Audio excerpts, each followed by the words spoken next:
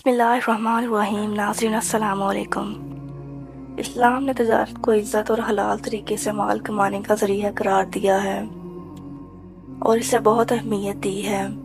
یہاں اسلامی تجارت کے اصول و ضوابط اور تجارت کے بارے میں نبی کریم صلی اللہ علیہ وسلم کی چند احادیث مبارکہ پیش کی جا رہی ہیں۔ حضرت ابو ہریرہ رضی اللہ تعالیٰ عنہ سے روایت ہے کہ رسول اللہ صلی اللہ علیہ وسلم نے فرمایا، قیامت کے دن ایماندار اور دیانتدار تاجر انبیاء، صدیقین اور شہداء کے ساتھ ہوگا۔ اس حدیث سے معلوم ہوتا ہے کہ اسلام میں تجارت کی کامیابی صرف منافع کمانا نہیں ہے بلکہ دیانتداری اور ایمانداری کا مظاہرہ کرنا بھی ہے۔ جو تاجر سچائی، دیانتداری اور انصاف سے کام کرتا ہے وہ اللہ تعالیٰ کے مقرب بندوں میں شامل ہو جاتا ہے۔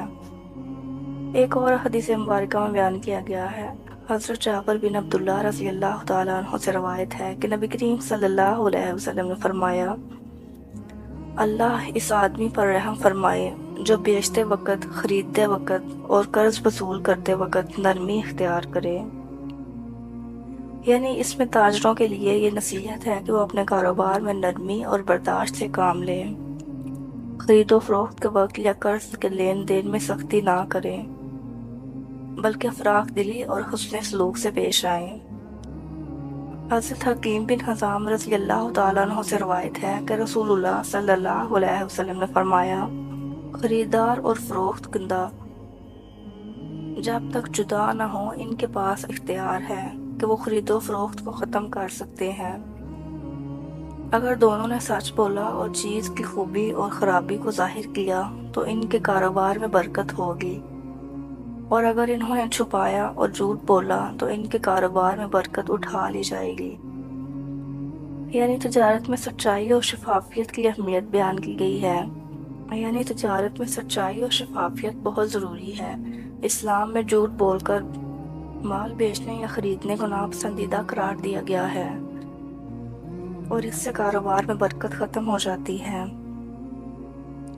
حضرت عبداللہ بن مسعود رضی اللہ تعالیٰ عنہ سے روایت ہے کہ رسول اللہ صلی اللہ علیہ وسلم نے فرمایا، حلال روزی کو حاصل کرنا ہر مسلمان پر واجب ہے۔ اس حدیث سے پتہ چلتا ہے کہ اسلام میں ہر مسلمان کے لیے رزق حلال کو لازم قرار دیا ہے۔ تجارت کو اگر حلال طریقے سے کمایا جائے تو یہ اللہ کے قرب کا ذریعہ بن سکتی ہے۔ حضرت معاذ بن جبل رضی اللہ تعالیٰ عنہ سے روایت ہے کہ نبی کریم صلی اللہ علیہ وسلم نے فرمایا، بے ایمان تاجر قیامت کے دن فاسق اور بدکار لوگوں کے ساتھ اٹھایا جائے گا۔ یہ حدیث تاجروں کے لیے وارننگ ہے کہ بے ایمانی سے تجارت کرنے والا اللہ تعالیٰ کے ہاں پسندیدہ نہیں اور اسے برے لوگوں کے ساتھ ہی شمار کیا جائے گا۔ ایک اور حدیث مبارکہ میں حضرت ابو سعید خدری رضی اللہ تعالیٰ عنہ سے روایت ہے کہ رسول اللہ صلی اللہ علیہ وسلم نے فرمایا، جو شخص فریب سے تجارت کرتا ہے وہ ہم میں سے نہیں ہے۔ یعنی فریب اور دھوکہ تجارت میں قابل قبول نہیں ہے۔ نبی کریم صلی اللہ علیہ وسلم نے واضح کیا ہے کہ فریب دینے والا مسلمان معاشرے کا حصہ نہیں ہے، یعنی اس کا عمل اسلام کے اصولوں کے خلاف ہے۔ حضرت انس بن مالک رضی اللہ تعالیٰ عنہ سے روایت ہے کہ نبی کریم صلی اللہ علیہ وسلم نے فرمایا، اے اللہ میرے کاروبار میں برکت عطا فرما اور میرے ہاتھوں سے دیانتدار تاجر کے ذریعے حلال رزق عطا فرما۔ اس حدیث میں یہ دعا سکھائی گئی ہے کہ تاجر کو اللہ سے برکت اور دیانتداری کے ساتھ حلال رزق کی درخواست کرنی چاہیے۔ حضرت ابن عباس رضی اللہ تعالیٰ عنہ سے روایت ہے کہ رسول اللہ صلی اللہ علیہ وسلم ایک دن بازار گئے تو آپ نے ایک غلہ فروش کو دیکھا جس نے گیلا غلہ نیچے اور خشک اوپر رکھا ہوا تھا، تو آپ صلی اللہ علیہ وسلم نے فرمایا، جس نے ہمیں دھوکہ دیا وہ ہم میں سے نہیں ہے۔ اسلام میں ملاوٹ کو دھوکہ دہی سمجھا گیا ہے اور اس سختی سے منع کیا گیا ہے۔ حضرت عبداللہ بن عمر رضی اللہ تعالیٰ عنہ سے روایت ہے کہ نبی کریم صلی اللہ علیہ وسلم نے بیانہ کی اس شکل کو منع فرمایا ہے جس میں سود کا شبہ ہو۔ یعنی تجارت میں اسلام نے غیر شفاف اور سودی معاملات سے بچنے کی تاکید کی ہے۔ اس سے یہ بھی معلوم ہوتا ہے کہ خرید و فروخت میں سود یا مشکوک معاملہ شامل نہیں ہونا چاہیے۔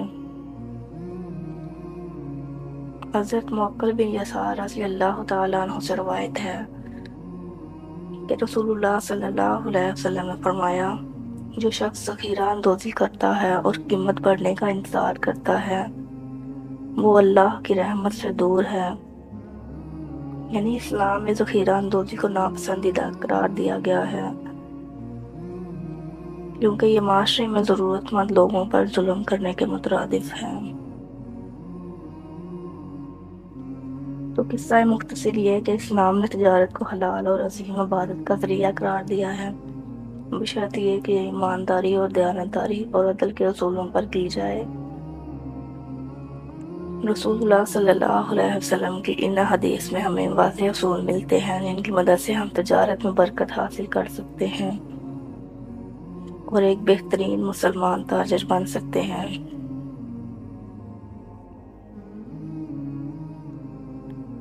دعا ہے اللہ تعالیٰ ہم سب کو ان حدیث پر عمل کرنے کی توفیق عطا فرمائے۔